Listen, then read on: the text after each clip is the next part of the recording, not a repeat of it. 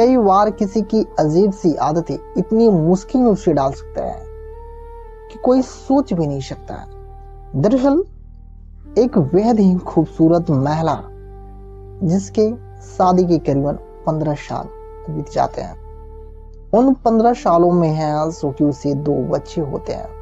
उसका जो पति होता है सो कि एक स्पोर्ट्स कंपनी में है काम करता था। सब कुछ अच्छा चल रहा था, परंतु उसका पति विक्रम जो था, शादी के 15 साल बीत जाने के बाद, उसे 2 बच्चे हो जाने के बाद है अपने पत्नी रानी से है सो कि उसका इंटरेस्ट कम होता जा रहा था। वह काम से है थका हारा घर आता और आते ही सो जाता, परंतु उसकी जो पत्नी रानी थी उसका भूख है सो कि शांत नहीं हो रहा था। तभी रानी होती है सो कि अपना भूख शांत करने के लिए है सो कि प्राय मर्द की है तलाश करने लगती है।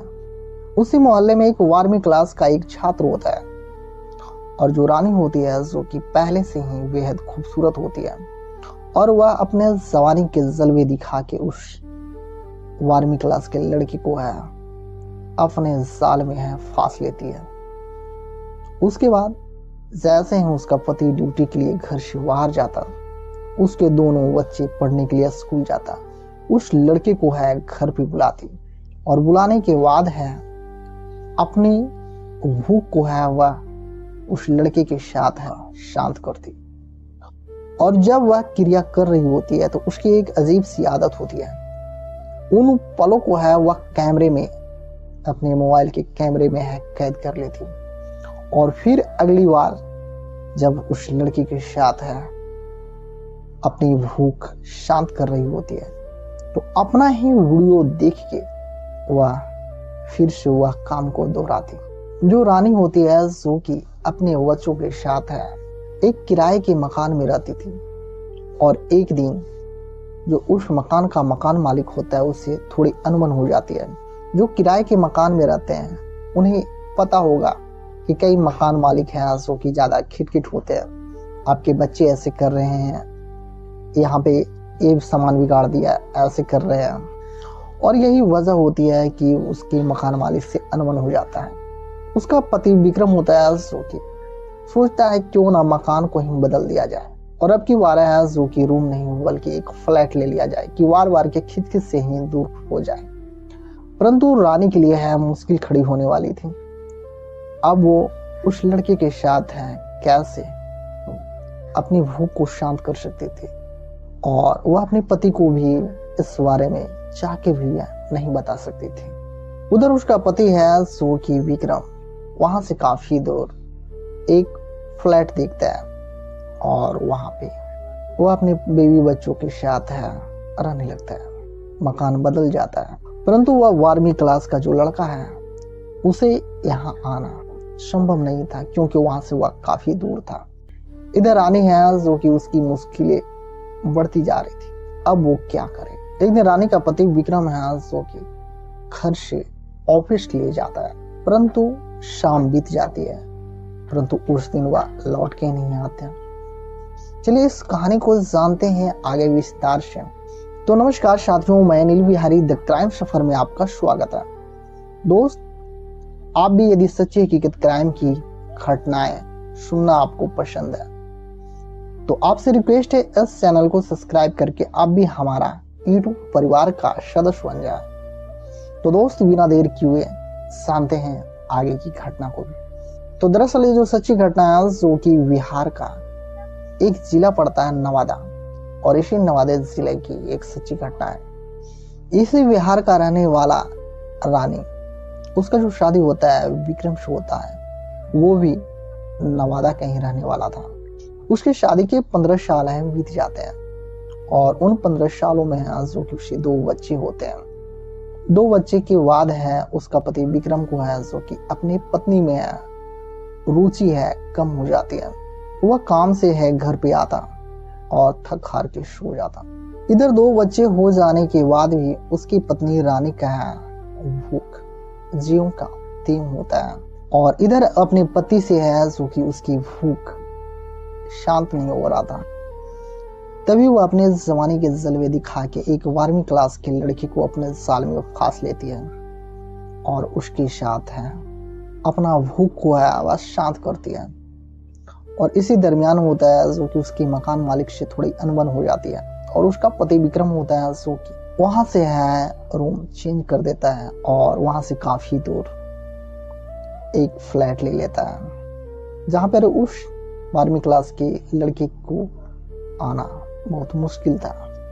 तभी रानी जो थी अपनी जवानी का सलवे दिखा के है उसी मोहल्ले में रहने वाला एक और शख्स जो कि जिसका खुद का गैरेज होता है और उसे वो अपने जाल में फंसा लेती है। फंसाने के बाद है फिर से वही सिलसिला है चलने लगता है। पति घर से ड्यूटी जाता है और उसी बीच अपने आशिक रविंद्र को है अपने फ्लैट में बुला लेती और बुलाने के बाद है उसके साथ अपनी पति की अधूरी इच्छा को है वह पूरा करती। जब वो अपने आशिक के साथ है अपने पति की अधूरी इच्छाओं को वह पूर्ति कर रही होती है तो उस पल का अपने मोबाइल के कैमरे में उसे रिकॉर्ड कर लेती और अगली बार फिर जब अपने आशिक के साथ होती तो वही वीडियो देख के वह उत्तेजित होती और इस तरह से है जो कि सिलसिला है चलते रहता है। सब कुछ फिर से है सही जगह परफेक्ट सेट हो जाता है। लेकिन फिर एक आता है आगे एक तारीख एक समय 26 जुलाई। उस दिन उसका पति विक्रम है ऑफिस के लिए निकलता है परंतु वह वापस घर नहीं आता। इधर रानी होती है जो कि काफी परेशान हो जाती है। वो अपने पति के पास है फोन करती परंतु उसका जो नंबर था वो बंद बता रहा होता है। जिस कंपनी में उसका पति काम करता था वहां फोन लगाती है तभी उसे पता लगता है दरअसल आज तो वो सुबह जल्दी ही ऑफिस से निकल गए हैं। इधर काफी रात बीत जाने के बाद भी विक्रम घर नहीं लौटता। इस बात की सूचनाएं हैं जो कि वो अपने परिवार को देते हैं। फिर वह बिहार से सभी लोग हैं आते हैं और जगह जगह है छानबीन करने लगते हैं। तभी विक्रम के गांव वाले परिवार होते हैं लोग होते हैं जो कि उसे एक अजीब सी लगती है।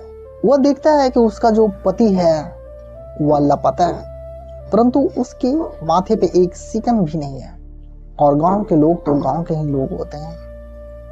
वह रानी को है जो कि बात बात में कोसना चालू कर देता है। रानी के मुख से है जो कि एक बात निकल जाती है ना चाहते हुए भी।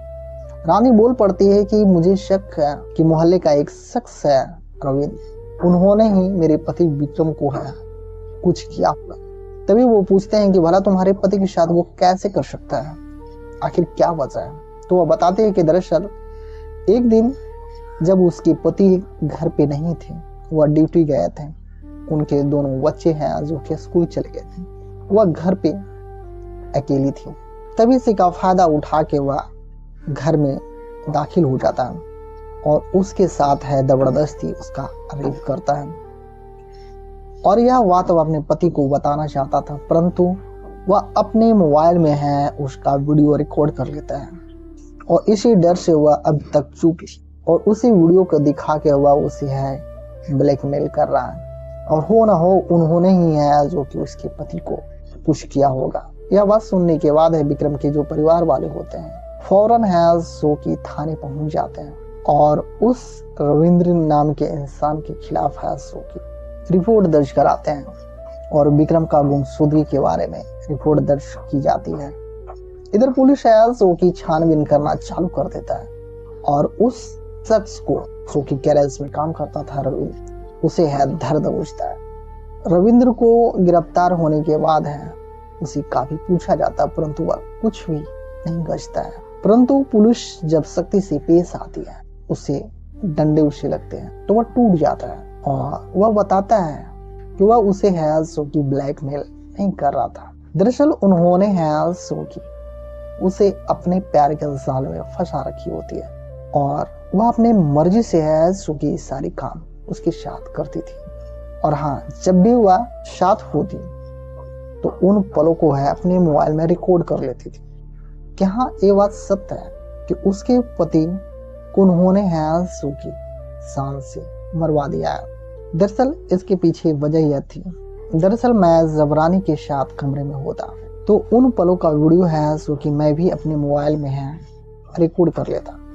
एक दिन की बात है, जो रानी का बेटी होती है वो मेरे पास आती है और मेरा मोबाइल है ले लेती है। और मुझे इस बात की बिल्कुल भी ध्यान नहीं था कि मेरे मोबाइल में है जो कि वो सीक्रेट वीडियो है, और मैं उसे अपना मोबाइल दे भी देता हूँ। और मुझे इस बात की जानकारी तब होता है कि जब मैं रानी के साथ है कमरे में होता हूँ तो वो वीडियो है मैं दोबारा देखना चाहता हूँ। जब मैं अपने मोबाइल को है पूरा खंगालता हूँ फिर भी वो वीडियो है मुझे मिलता नहीं है। तो मुझे अचानक ध्यान आता है कि कल तो मेरा मोबाइल है सूखी रानी का बेटी ने लिया था। तो मैं कंफर्म हो जाता हूँ कि हो न हो वह वीडियो है सूखी देख ली है, और देखने के बाद वो वीडियो है सूखी डिलीट कर देती है। अब उसके बाद उसे डर है सताने लगता है कि अब हो न हो वो अपने पापा को जाके बता देगी। और इसी डर से है जब रानी का पति है ऑफिस जाते हैं तो रानी नहीं है जो कि बोला था आप उसे जान से मार दो ताकि उन्हें पता नहीं लगे इस वीडियो के बारे में। और हाँ, इसके बाद मेरी बेटी को भी है जो कि रास्ते से हटाना पड़ेगा। रानी के कहने के मुताबिक है मैंने उसका पति को है जान से मरवा दिया। उसके बाद है मैं अपने चाचा को मैं इस बात की जानकारी देता हूँ। उसके बाद मैंने अपने चाचा के पास है फोन किया और इस घटना के बारे में बताया। चाचा ने भी है जो कि मेरा भरपूर साथ दिया, और मेरे चाचा का एक तबीला है और वही है जो कि एक गड्ढा है और उसी गड्ढे में है जो कि रानी का पति का है बॉडी दफन है। पुलिस होती है जो कि उस घटना स्थल पे पहुंचती है, रानी के पति का बॉडी को है जो कि वहां से निकलवाती है।